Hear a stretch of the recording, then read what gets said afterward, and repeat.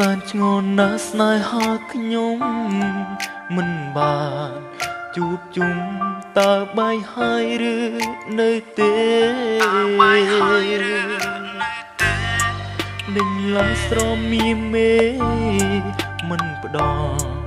ដំណឹងឲ្យបងដឹងផងតើស្នេហាយើងយ៉ាងមិញហើយអូមិនដេញពេលនេះប្រែជាស្ងាត់សូមិនដេញទុំឲ្យបងរួដូចក្បូរបងរួមនៅសានស្ងាត់សូស្ងាត់សូនពេលបងបាត់អូ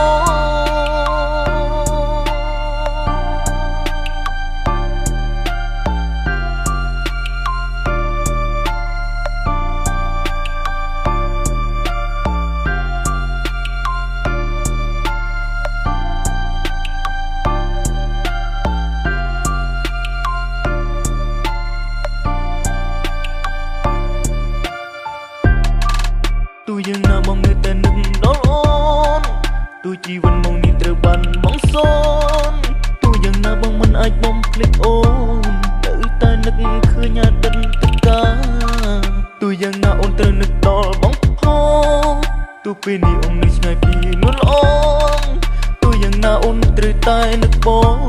ឲ្យដូចបងកំពុងតែនឹកអូនស្នេហាយើងពិនកុំសនណាស់គេមិនចង់ឲ្យពួកយើងនៅក្បែរគ្នាគេតាមអងមើលគេតាមផ្ដន់ទេធ្វើយ៉ាងណាមិនឲ្យពួកយើងបានជួបគ្នាហើយលើសំបំណងដែលគេប្រាថ្នាគេសាយសាច់បាយឯយើងឈឺខ្លាចសា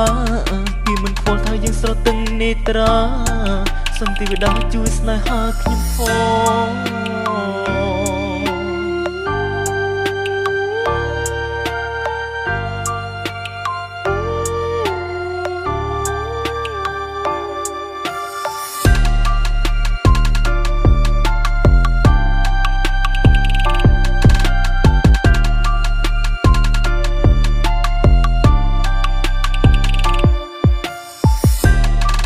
ស្នេហាយើងយ៉ាងមិញហើយអូមិនដេញពេលនេះប្រែជាស្ងាត់សូមិនដេញទុំឲ្យបងរួដូចក្បូរបងរួមនៅសានស្ងាត់សូនពេលបងបាត់អូទូយ៉ាងណាបងនៅតែនឹកដល់អូនទូជីវិតមកនេះត្រូវបានបងសូនទូយ៉ាងណាបងមិនអាចបំភ្លេចអូននៅតែនឹកឃើញអតីតកាលទូយ៉ាងណាអូនត្រូវនឹកដល់បងផងទូពេលនេះអូននៅឆ្ងាយពីនួនអូនទូយ៉ាងណាអូនត្រូវតែនឹកបងឲ្យដូចបងកំពុង